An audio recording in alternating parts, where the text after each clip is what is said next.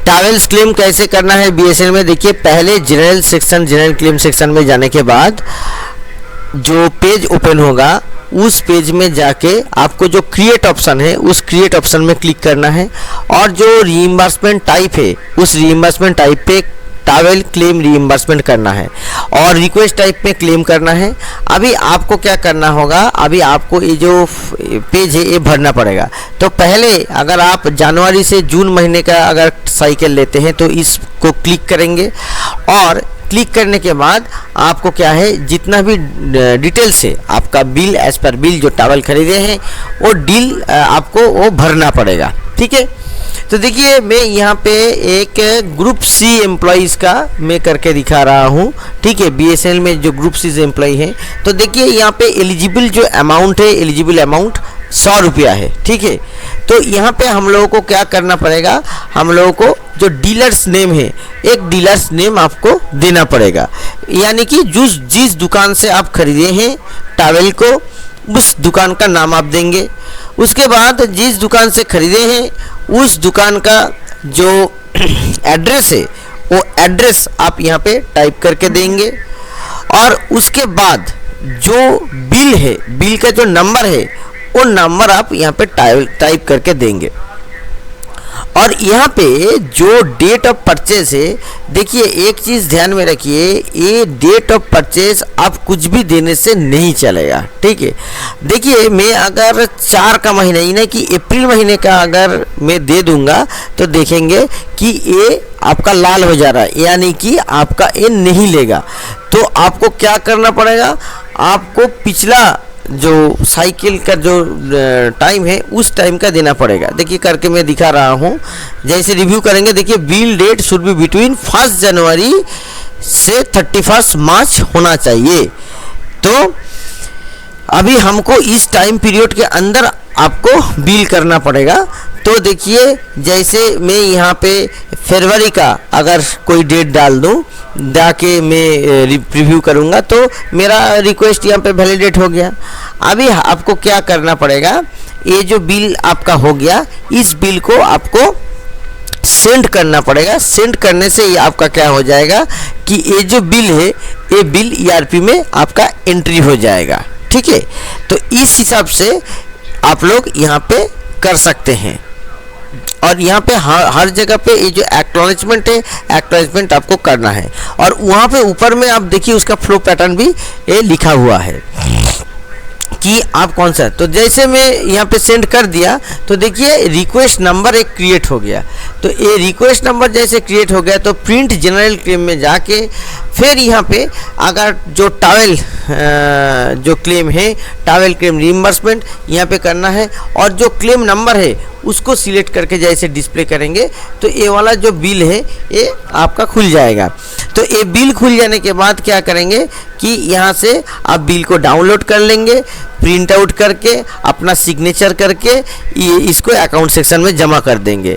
तो ये जो है ये आपका हो गया ग्रुप सी के लिए। अभी ग्रुप बी जो एम्प्लॉइज़ है उनका मैं दिखा देता हूँ। देखिए ग्रुप बी एम्प्लॉइज़ का भी जो प्रोसेस है, प्रोसेस पूरा सेम ही रहेगा, मगर यहाँ पे एलिजिबल जो अमाउंट है वो 125 रुपया होता है, 25 रुपया ज़्यादा होता है। तो यहाँ पे भी मैंने क्या किया कि ये जो क्लेम साइकिल है जनवरी टू जून ये सिलेक्ट किया और जो डीलर्स जो नेम है ये डीलर्स नेम के जगह पे जो दुकानदार का नाम है, जो दुकान का नाम है वो दुकान का नाम मैं यहाँ पे दे दिया। ठीक है, उसके बाद जो दुकान का एड्रेस है वो भी मैं यहाँ पे लिख दिया।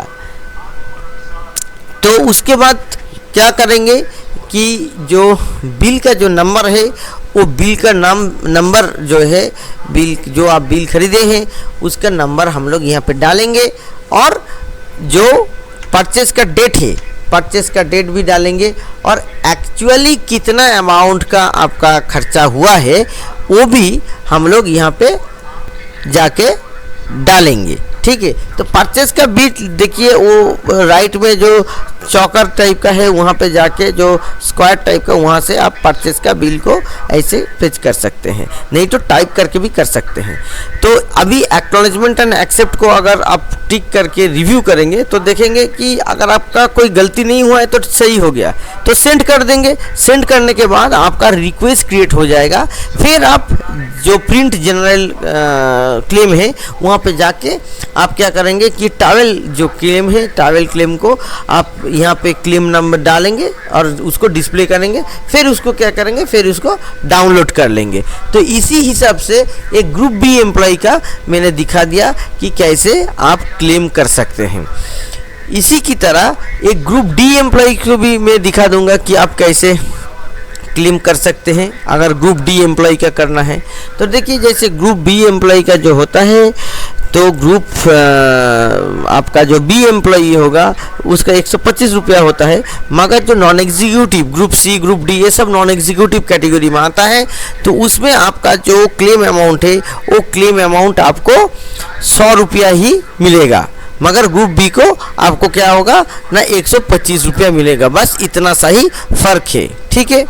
और यहाँ पे दो चीज़, आपका जो क्लेम साइकिल है उस क्लेम साइकिल के ऊपर आपका निर्भर करता है कि आप कौन सा तारीख का आप बिल करेंगे, ठीक है।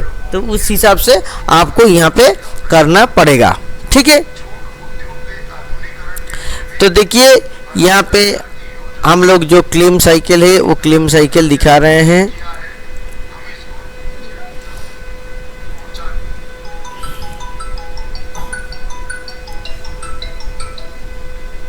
हेलो, हाँ सर। देखिए, यहाँ पे क्या करना है, यहाँ पे आप सैप में गए। सैप में जाने के बाद आप जो आउटडोर जो क्लेम जो जहाँ पे होता है ना, उसका ही नीचे आप देखेंगे कि आपका जनरल क्लेम भी होता है, ठीक है। तो जनरल क्लेम पे जाएंगे। जनरल क्लेम पे जाने के बाद जो पेज खुलेगा उसमें आप क्रिएट क्लेम करेंगे, जो मैंने पहले भी बताया है। ग्रुप डी एम्प्लॉइज़ के लिए भी यही प्रोसीड्योर है।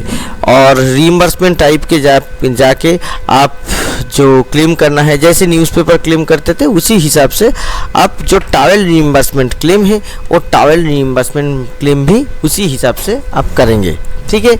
अब टावेल रीइंबर्समेंट क्लेम करने के बाद जो रीइंबर्समेंट टाइप होगा वो टावेल रीइंबर्समेंट होगा। और रिक्वेस्ट टाइप में आपको क्लेम करना है। उसको जैसे ही आप क्लेम करेंगे आपका जो पेज ओपन हो जाएगा, उस पेज में आप अच्छे से देख सकते हैं कि आपका पूरा जो डिटेल्स वहाँ पे मांगा जाएगा। तो वहाँ पे डीलर्स नेम, डीलर्स का एड्रेस यानी कि दुकानदार का नाम, दुकानदार का एड्रेस, बिल नंबर, कौन सा डेट में आप बिल खरीदे हैं और एक्चुअल में आप कितना खरीदे हैं, ये सब डालना पड़ेगा। यहाँ पे एक चीज़ देखिए, एक्चुअल जो अमाउंट है वो आप कितना भी डालेंगे, मगर आपका जो एलिजिबल अमाउंट है उस एलिजिबल अमाउंट का ही पैसा आपको मिलेगा।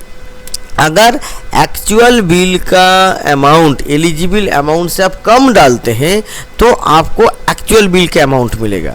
मगर अगर आप एक्चुअल बिल के अमाउंट एलिजिबल से ज़्यादा डालते हैं तो आपको उतना ही पैसा मिलेगा। तो ये डाल के आप सेंड करेंगे और जो रिक्वेस्ट नंबर मिल जाएगा उस रिक्वेस्ट नंबर को आप ESS से उसका जो प्रिंट जनरल क्लेम से प्रिंट आउट निकाल के आप बिल के साथ अपना अकाउंट सेक्शन में सबमिट करेंगे तो आपको पैसा मिल जाएगा। तो इस वीडियो को ज़्यादा से ज़्यादा BSNL एम्प्लॉइज़ के बीच में शेयर कीजिए। नमस्कार।